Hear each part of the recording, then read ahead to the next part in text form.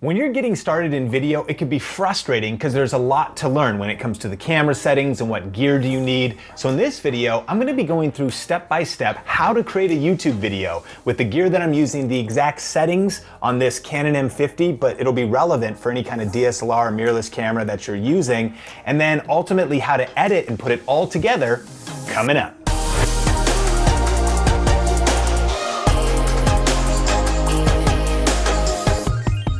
Hey, what's up? Sean Cannell here, and this is Think Media, bringing you the best tips and tools for building your influence with online video. And on this channel, we do a lot of tech gear reviews as well as strategy videos on how to build your influence with social media. So if you're new here, consider subscribing. But hey, we're starting a 4-part series where we're going to be going through how to shoot a great YouTube video with a DSLR or a mirrorless camera like the Canon M50 or the SL2. I'm going to be talking about how to shoot thumbnails and go from shooting the photos to editing them, then how to edit the video and then also upload it. So we're going to take you concept to completion of creating YouTube content. So let's just dive into it right now with the gear we're going to use to create this video.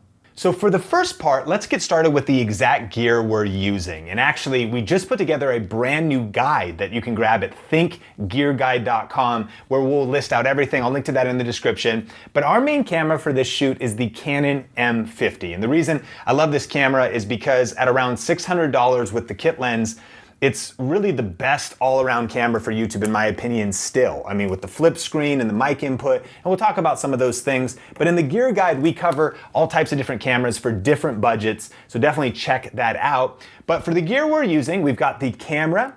The main lens I'm gonna be using for the video I'm creating for my other channel, Sean Thinks, is the 11-22 lens because it's wide, really good for small and tight shots to get a really wide shot and good for vlogging.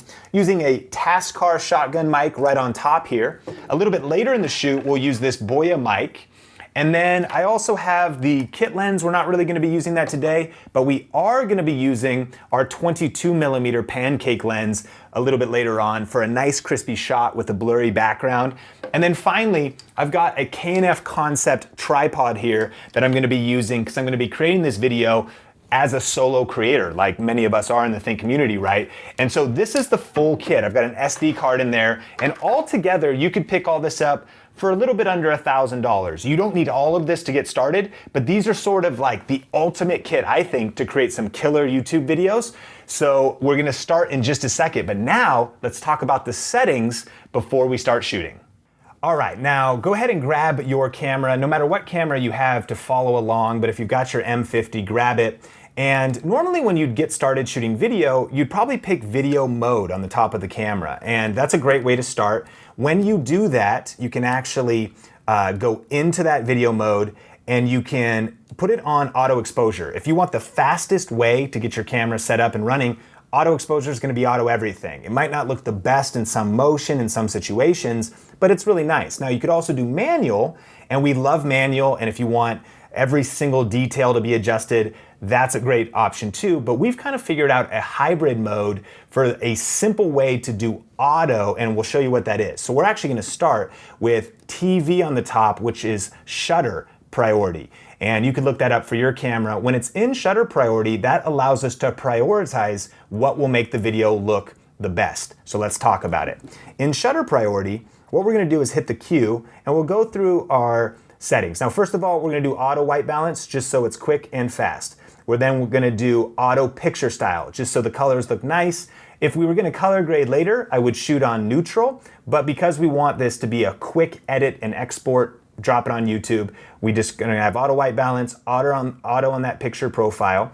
And then I'm going to choose an autofocus mode of my face, at least initially when I'm vlogging and I'm on camera. I'm going to be shooting a video for my Sean Cannell channel of a home office tour. And so when I'm on camera, I'll do the face focus. And then when I'm shooting room shots, I can do kind of zone focus and tap certain areas.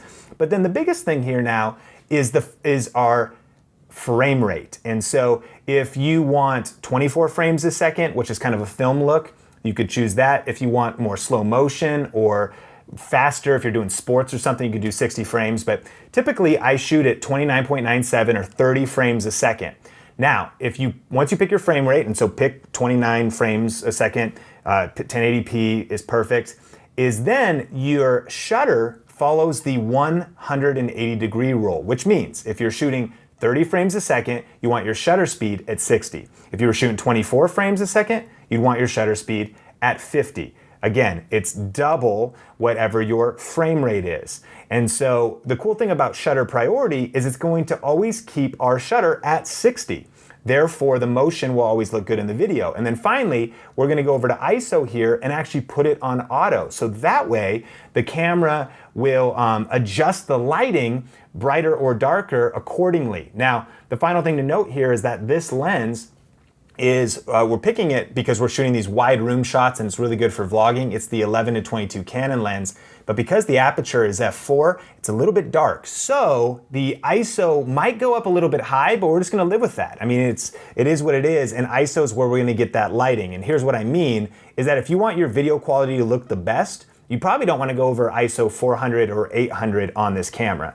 If you want to just kind of vlog and take people with you and you don't have extra lighting, well then it might go higher and it's just going to affect the image quality. One thing to remember about ISO is that lower is going to be not as much light being let in, but it's going to be a better image quality. If you can get enough light or you can shoot outdoors. The higher you go, the more grainy the image is and the more it falls apart. So sometimes you need to go higher to get the light, but keeping it as low as possible will keep your image quality as high as possible. And with that, we're ready to shoot. Okay, so I'm about to get started doing my home office tour shoot here, but let's talk about the mic settings last. Now, because I'm gonna be vlogging like this shotgun mic is perfect. It's a $25 shotgun mic, and here's one setting that I love on it, is it has a plus 10 dB. Now, some mics have plus 20, but a lot of times that's too much and it'll make the audio too loud, but plus 10 is perfect. So I actually have the mic on. I've got just the high pass filter, just at normal, just normal. And then I've got the plus 10 dB, so it's cool. And so then I just go into the menu, head over to 8 here on the camera settings, and we can go to sound recording, and we make sure the sound recording's on manual. Here's the thing, if it's on auto, it has this kind of AGC, auto gain control, which brings in a lot of noise and even hiss sometimes, because it's searching for voices. So when it's on manual, it means the audio's locked. And so what's nice here is I can then take this setting right here and just get the gain perfect for my voice. And so if I'm right in front of the camera, I want it to be never hitting red and only really hitting that kind of 12 dB. That's our target. So if I'm in yellow, I'm in front of the camera, I go, okay, that's nice and clean. If I get a little bit further, and so that is gonna be really crispy audio settings. Our shotgun mic set up, our audio levels are ready, all of our camera settings are ready, so I'm ready to shoot my video. So a couple reasons why I love this setup is, of course, the flip screen, so I can always get a good shot composition of myself on camera. I love the wide angle lens, especially for like a room tour video because it gets very wide shots. But then I also love this Joby tripod because I can not just vlog with it and take people with me, but then I can quickly set it down and get a nice shot like this. So throughout this video, I'm gonna be moving from room to room, and this is a very versatile setup for all that content.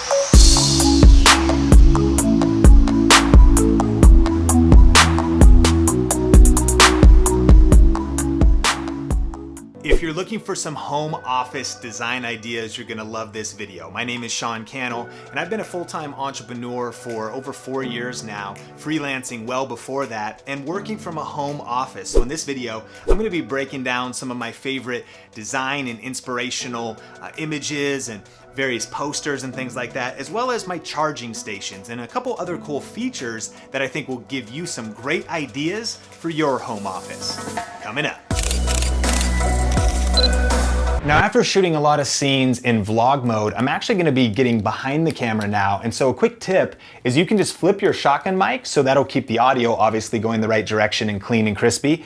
And then I also like to actually use the Joby like this, where I tighten it down and I get an added point of contact. So now the camera can actually be a very steady shot if I want to walk people through the home office, give kind of a tour. I can zoom in. And the one other thing I'm going to do here is switch the focus mode from face focus to zone focus. So now I can just tap on exactly what I want to be in focus, and it's not going to be hunting for faces and potentially having focus issues. But over here, that's also an IKEA bookshelf. And so you can see, I think that lifelong leaders are lifelong learners. I read a lot of books. I love to always be leveling up and working on myself. All right, so let's talk about a quick tip to help you organize your footage when you're creating YouTube videos. So I've been shooting this home office tour. I shot it in here, in the loft, in the other office. I shot behind the camera, in front of the camera.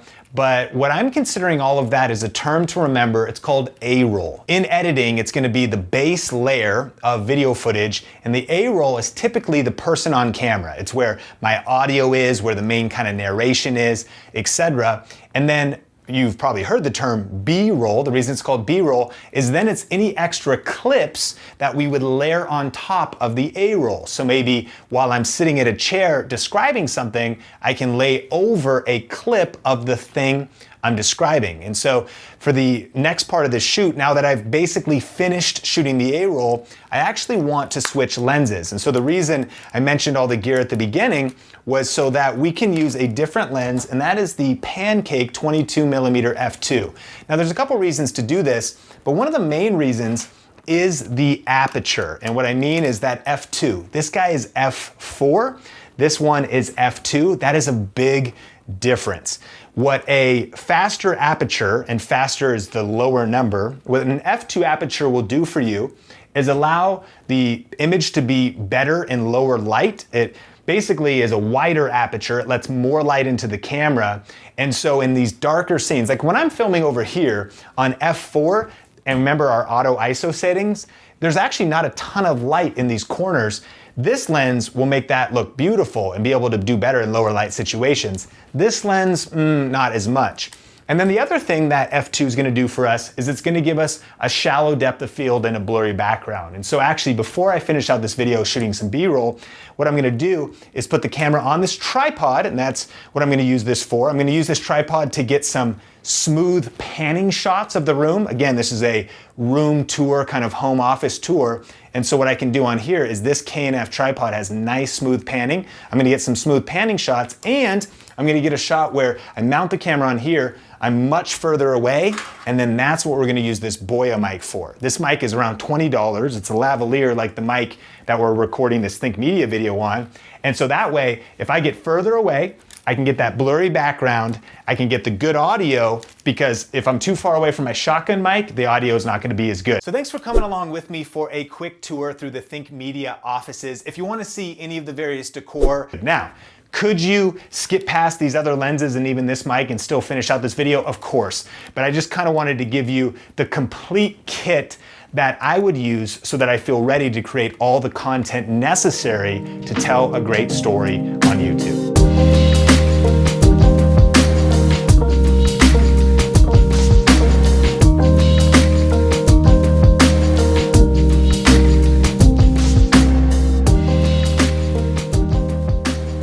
Right, and so I just finished up shooting all of the B-roll clips that I wanted to shoot. Of course, I shot all the A-roll, and so that pretty much covers it. We have the gear, right, the settings. We went and shot all of our clips.